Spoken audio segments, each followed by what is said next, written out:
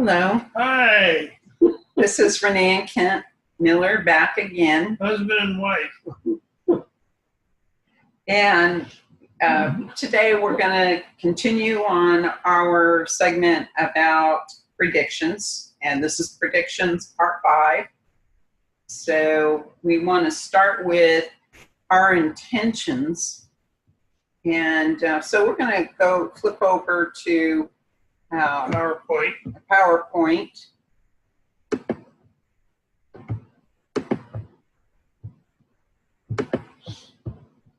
And again, this is predictions part 5. Okay, our intentions. We were asked by those that give me the information and the visions to begin releasing these predictions a little at a time, so people can understand what's to come and how to prepare. Nothing to be afraid of, just they want you to be prepared. And we will give this in the original language in which I had received it. And then we will give our interpretation of what we think it may mean. But that doesn't necessarily mean it's totally right, because you may interpret it as something else. And we'd like to hear from you, find out what your interpretation is. And it does not mean that ours is totally right and yours is totally wrong, because we have to share information. What we have found, though, is that we usually know when it has occurred. Yes. So sometimes these predictions are vague and the language is different. Sometimes it's kind of cryptic. And we always do discover, once the event has happened, what they are talking about. Some of it is more direct and clear, though. We will give our suggestions for the preparations, how to prepare yourself to what's coming, so you do not live in fear, but you can, there's no saying, if you know what's going to happen, you can prepare for it, and you can adjust to the events going on around you and go through it. If you are caught off guard in fear, you won't probably go through it very well. So we will give our suggestions. So those people who say, oh, I don't want to live in fear and I don't want to live in negativity, we would have to say that if you don't prepare, you're going to be in fear when all of this does happen. And if you prepare, there's a sense of calmness and acceptance that comes with it, and the fear goes away. Yeah. So if you prepare and something doesn't happen, no big thing.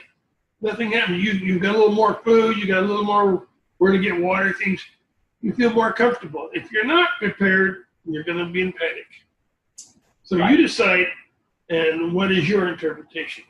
And use your inner guidance. We always recommend that you feel within yourself and use that, especially your gut feeling for your guidance. So we'll go on with the predictions now. So Earth is trying to rebalance itself, and it has been for a little time here. But with this rebalancing comes repercussions. One would be we had gotten unearthed the dead. Well, water, huge water, massive flooding. Well, we feel possibly that this huge flooding will, for those that are all in grave sites and things like that, it'll make all these different coffins pop up to the surface. But it could have a spiritual meaning as well. So we'll leave that up to you to decide. Mm-hmm. But we are being told there's going to be lots of water, more water over the surface of the earth than has been in any recent times. Yeah, it says waters will return to the ancient lands. And so the East Coast was seen as an island where all of California, except for a few islands, high spots, will be under massive amounts of water. Extreme amount of movement, earthquake movement, all over the world, basically. And we've already seen that beginning. In the last year, we have seen so many earthquakes in the 7 magnitude range. Yeah. And so they really have increased. Yeah, it caused the canyons all over the world to open up. Now, before we go any further, I want to say when this was received, these particular predictions, and they were received in 2007, in February 2007. So it's not like we just got this. So to go on with these, much confusion will take place when all this happens. So they're telling us, be prepared to receive the shift. And we have had lots of meditations where they talked about the shift happening and be prepared for the shift. So we had to go back in our own notes and extrapolate out some information regarding the shift. Now, there was a lot more than what we put together here. This is just a small amount. But we're actually going to bring up another window here. And this is strictly speaking about the shift. So you go up to the top here. So they're telling us 2 shifts will occur close to each other and that we need to prepare. Now, when they say close to each other, that doesn't mean on a Sunday one will happen, on a Monday the next will happen. Usually this means there's about a year's difference or so between the first one and the second one. It has more to do with the universal perception of time, not our time on Earth, which is relative to our rotation and the spin of the Earth and the rotation around the sun. So they're saying the shift will release the energy and it will be a prelude to the vibrational shift. So you have one shift that is about energies and another that's about a vibrational shift. You want to go next? Go ahead.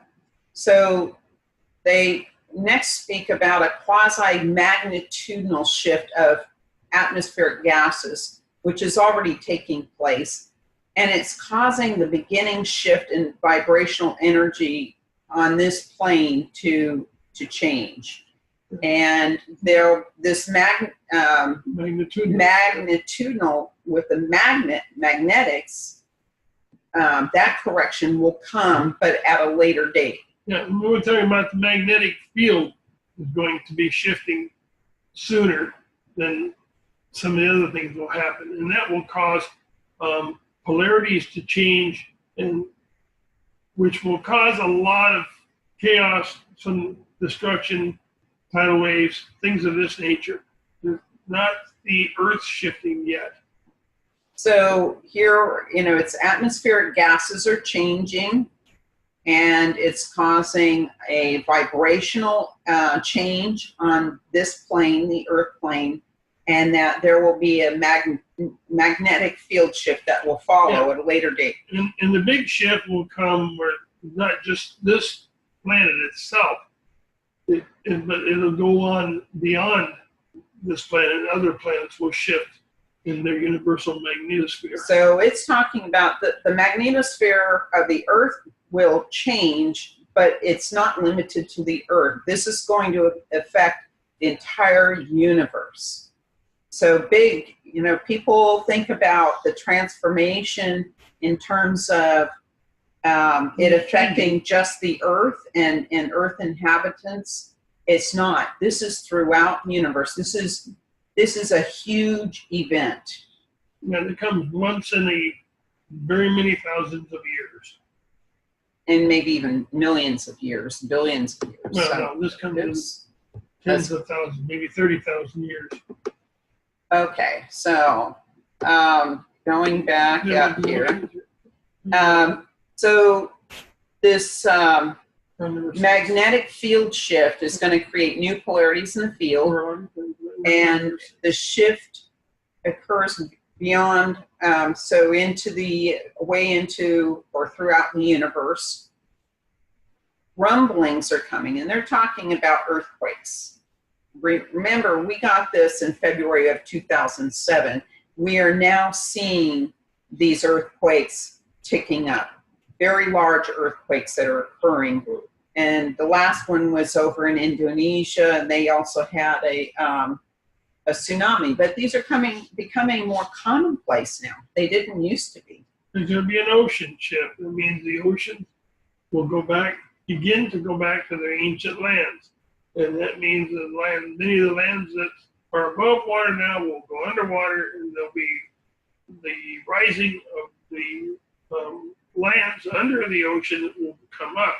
So things will A lot of changes. A lot of changes. And when Kent says that the oceans will go back to their ancient lands, these were areas on Earth that are now ground, above water. more land. And it could be as much as 7,000 feet above water. Yeah, but those areas at one time had oceans on them. So at one point we lived in an area that was like 7,500 feet, and they were finding shark's teeth. So we don't know exactly how that's going to look, and this is not an exact science, but they're telling us that these oceans will go back to these places, that they will occupy these places that they were at in times of antiquity, way back in art history. Yeah. So this will lead into, so this is the first shift, all these changes around the Earth with our magnetosphere, vibration, the atmospheric gases changing, earthquakes, shift in ocean. This will all lead to a shifting of the universal consciousness. And remember, Earth is only trying to create itself out of balance. It's trying to bring itself back into a balanced sphere. So this is not something unusual or something new. This has happened time again, way before our time here. And maybe the first time it happened, maybe millions of years ago, and the last time could have been thousands of years ago. But because of all these physical changes in our physical world, this is going to affect our food supply. It's going to affect our ability to get energy and those sort of things. So it's important to prepare for that.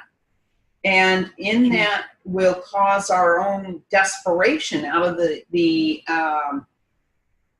lack of resources. This is what is going to lead to our shift in our own consciousness, and it will align to the universal consciousness. Okay, and in that, it'll correct our behavior. So we're going to go back to here. And they're telling us that wine will flow like blood in many places. We got a problem trying to understand that until we think people are going to be drinking a whole lot more. So it's those desperate times that people will be self-anesthetizing. And don't understand what's happening.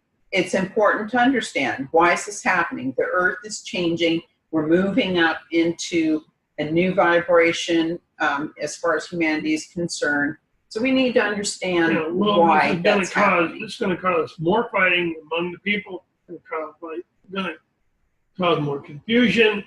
And people will say, why me? Why me? I've been true to God. Well, it's not about being true to God. It's about what you've been, if you've been true to yourself, if you've been true to Mother Earth, and what you've done to her. It's about the Earth rebalancing, and it's about us moving into a new cycle of higher learning. So they're saying that we don't know what the truth is, but it is about the Earth rebalancing and our moving up to a higher level. So soon we will feel the vibrational change. So in the meantime, we need to prepare for hard times. Yeah, mountains will crumble, and many mountains are going to be devoured into lower hills or lower mountains. Lots of volcanoes erupting everywhere. Under the ocean, out of the ocean, it's going to be everywhere. And this is going to be a lot of bad people are going to be out there. They're going to be like sharks in the water encircling those that are in fear. And so we have to prepare ourselves mentally as well as physically. And they're telling us there's going to be overwhelming misery. Nobody knows what's coming. So, and that help will not come. We're not going to be saved. We're not going to have extraterrestrials coming down and saving us. We're not going to have FEMA coming here and saving everybody either. Because there'd just simply be too much happening. So we have to be self-reliant, and we have to find our peace and above all, not succumb to the above chaos. All, we have to help each other. That's how we get through this. Become neutral, understand what's happening, and we reach out and help each other. Much like when people helped each other in the Carolinas recently, in Houston when Harvey hit, different places around the world where people come to aid others. The block of, oh, you're this race and I'm this race, I can't help you, goes away when disaster hits. And that's what we have to maintain. And no matter what your color or what your ideology will be, it's helping one another. And so we have to move with this. There's nothing we can do to prevent it. The earth is very much out of balance, and we're just going to have to go move along with it, help one another, and become unified. This is also going to help us turn to God. So Renee put this in from the Creator, because we'd like to end everything up on some kind of a positive note that, yes, that you don't leave this in fear. So they're assuring us this is a positive change. So take the fear and push it aside. This is a positive change. Yeah. When you look around this world today, you know there's a lot that needs to be fixed. When this happens, you say awesome enlightenment. Enlightenment means awesome understanding. So we're going to have a whole new understanding open up to us. The old days come back. What does that mean? It's my interpretation, I think, Kent, that at one time humans had a period of enlightenment. We had a period of great acceleration in our understanding of mathematics, science, the arts, and that is what is going to come back. This is what we have to look forward to. So those will awaken anew. They will. I felt like I saw people sleeping, then all of a sudden they wake up to a new beginning, a new reality. A new reality, yeah. So in the new change, no one owns anything. Everything will be shared.